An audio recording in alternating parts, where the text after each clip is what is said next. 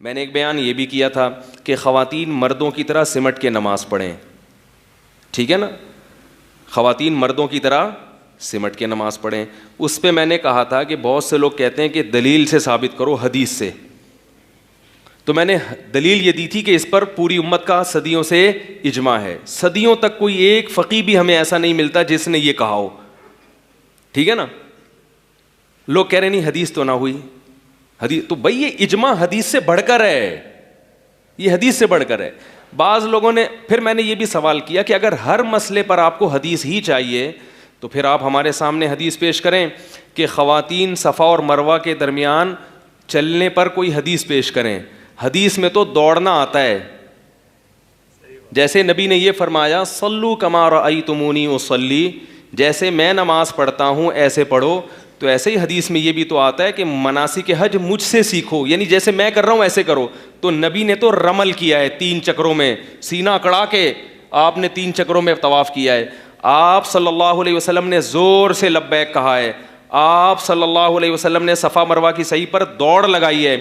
3 حدیثیں ہمارے پاس ملتی ہیں, لیکن اس کے باوجود پوری امت کا اجماع ہے کہ عورتیں لبیک آہستہ کہیں گی, عورتیں رمل نہیں کریں گی, عورتیں صفا و مروہ میں دوڑیں گی نہیں. دلیل کیا ہے؟ حج ایک عبادت ہے, عبادت میں عورت کی حیا کا عنصر جھلکنا چاہیے. اس کے علاوہ کوئی دلیل نہیں ہے. اس دلیل کی بیس پر پوری امت جمع ہو گئی صدیوں سے. امام ابو حنیفہ, امام شافعی, امام مالک, امام احمد بن حنبل, تمام امت کے فقہا صلحاء کا یہی فتویٰ چلا آ رہا ہے صدیوں سے. حتیٰ کہ اگر آپ 200-250 سال پہلے اہل حدیث کے فتاویٰ دیکھیں گے تو اس میں بھی یہی ملے گا آپ کو.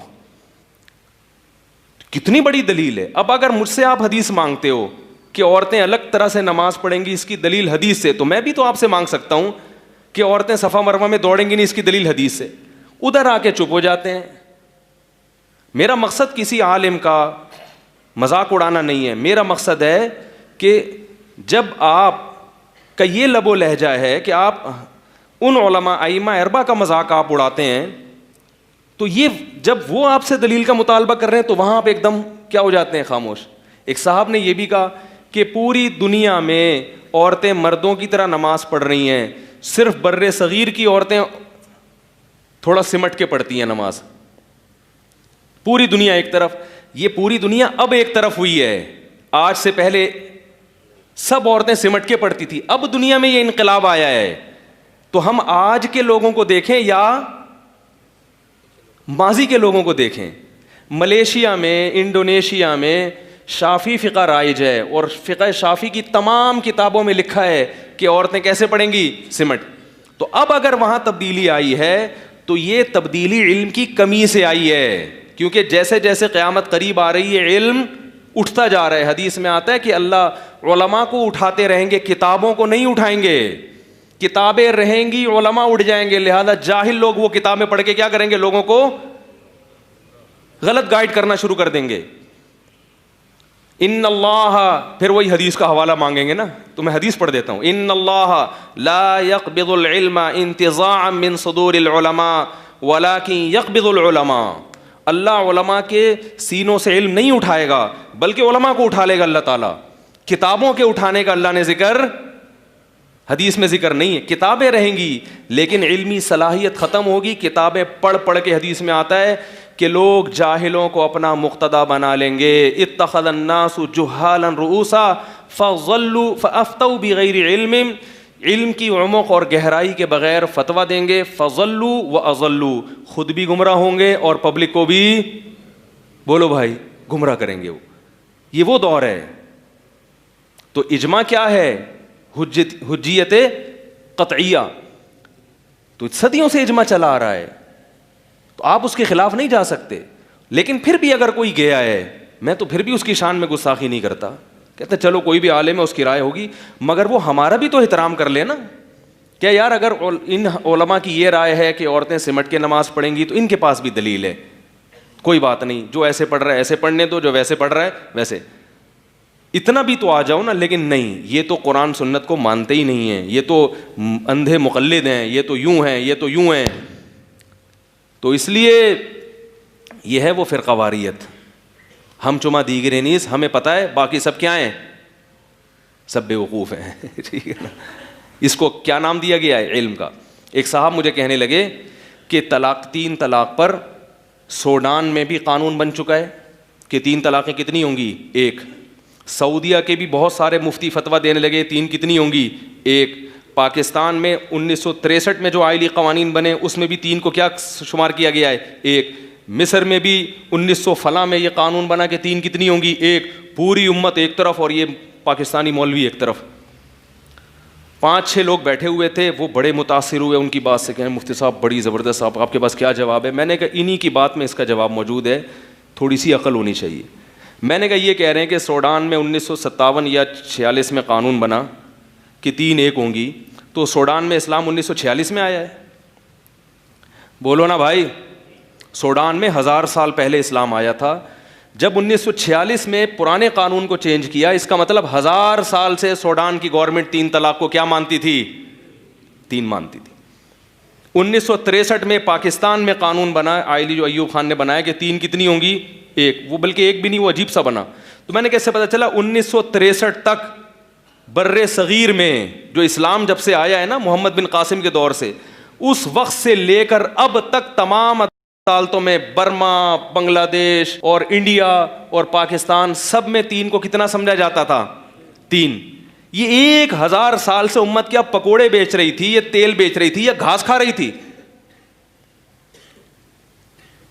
آج کی چینجنگ پر تو فخر ہے بھائی. حتیٰ کہ بر صغیر میں انگریز نے 100 سال حکومت کی, وہ بھی 3 طلاق کے قانون کو چینج نہیں کر سکا. اتنا اجماع تھا اس مسئلے پر. میں نے کہا عرب علماء کو اگر آپ دیکھو تو بن باز سے پہلے, جو مفتی اعظم تھے بن باز, ان سے پہلے ان کے استاذ تھے شیخ آل ابراہیم کر کے نام تھا ان کا, نیٹ پہ آپ سرچ کریں آ جائے گا. ان کے وقت میں پورا سعودیہ متفق تھا کہ 3 طلاقیں کتنی ہوتی ہیں؟ 3. بن باز نے آ کے یہ فتویٰ چینج کیا ہے. ہم بن باز کو عقیدت احترام سے دیکھتے ہیں, عالم تھے, غلطی ہو گئی, لیکن اس غلطی کے آپ تو اندھی تقلید نہ کرو نا اس غلطی کی. اگر آپ دلیل دے رہے ہو سعودیہ کے علماء کی, تو سعودیہ آج کا یا آج سے 100 سال پہلے, بلکہ 100 سال نہیں, جب سے اسلام آیا ہے سعودی عرب میں. اور حیرت کی بات ہے کہ ہمارے سامنے خلیفہ راشد حضرت عمر بن خطاب کا فیصلہ موجود ہے. اس حکومت کا حوالہ نہیں دیں گے, کبھی انڈیا کی گورنمنٹ کا حوالہ, کبھی سوڈان کی موجودہ گورنمنٹ, کبھی مصر کی. مصر میں اسلام 1000 سال پہلے آیا ہے, اس وقت سے 3 طلاق کو 3 ہی سمجھا جاتا تھا. اب آ کے چینج کیا, اس چینجنگ کو مان رہے ہیں, اور جو اسلام صدیوں پہلے مصر میں تھا وہ کیا تھا؟ غلط. تو وہ جو بیٹھے ہوئے تھے بندے کہہ رہے ہیں 14 طبق روشن, بولو بھائی, ہو گئے ہیں. سعودیہ کی عدالت میں اب بھی قانون یہی, عدالتی قانون کے 3 ہی ہوں گی. اگرچہ سعودی مفتی جو وہ فتویٰ دے رہے ہیں کہ 3 ایک ہوتی ہے, لیکن وہ سارے مفتی نہیں. سعودی عرب میں اب بھی اکثر مفتی فتویٰ یہی دیتے ہیں کہ 3 ہوتی ہے, مگر وہ چونکہ سرکاری سطح پہ اونچے عہدوں پہ نہیں ہے, لہذا عوام تک ان کی بات پہنچتی نہیں ہے. اب بھی سعودی عرب کی عدالت سے جو فتویٰ ہے وہ کیا ہے؟ 3 کتنی ہوں گی؟ 3. کیوں عدالتی فتویٰ ایسا کیوں ہے یہ بھی سن لیں آپ. سعودی عرب میں 1980 یا اس کے قریب میں حکومت کی سطح پہ ایک علماء کا اجلاس بلایا گیا تھا, علماء کا اجلاس. اس میں یہ تھا کہ حکومت نے یہ کہا تھا کہ بھائی اس میں بہت اختلاف ہو رہا ہے, 3 ایک ہوتی ہیں, 3 ہوتی ہیں. تو علماء کا ایک پورا پینل بڑے بڑے علماء کا بٹھایا گیا, اور ان سے کہا کہ آپ قرآن و سنت کی روشنی میں بحث مباحثے کے بعد یہ فیصلہ کریں کہ اس میں صحیح رائے کیا ہے اور غلط کیا. تو ان علماء میں 20-25 علماء شامل تھے. صرف بن باز اور العثیمین جو ان کے شاگرد ہیں انہوں نے اتفاق نہیں کیا. باقی تمام علماء نے بحث مباحثہ کر کے یہ بتایا کہ اسلام میں اس کی کوئی گنجائش نہیں ہے کہ 3 کو کیا سمجھا جائے؟ 1. اور پھر حکومتی سطح پہ وہ لا باقاعدہ عدالت کا, بولو بھائی, حصہ بن گیا. تو اس لیے میں آپ سے یہ کہہ رہا ہوں کہ علماء کی اتباع کرو, علماء کو فالو کرو. اور وہ علماء جو آپ کو اجماع امت سے ہٹاتے, بولتے کیوں نہیں ہو؟ نہیں ہو, کیونکہ اس سے ہٹ گئے نا تو پھر راستہ, پھر بے لگام اونٹ, پھر پتہ نہیں کہاں جا کے گھسو گے, تمہارا مستقبل کیا ہوگا یہ اللہ ہی بچائے. تو علم رجال سے آتا ہے, اور رجال ہی سے آگے, رجال سمجھ جو لوگ ہیں انہی سے آگے ٹرانسفر ہوتا ہے. تو ان لوگوں کا قابل اعتماد ہونا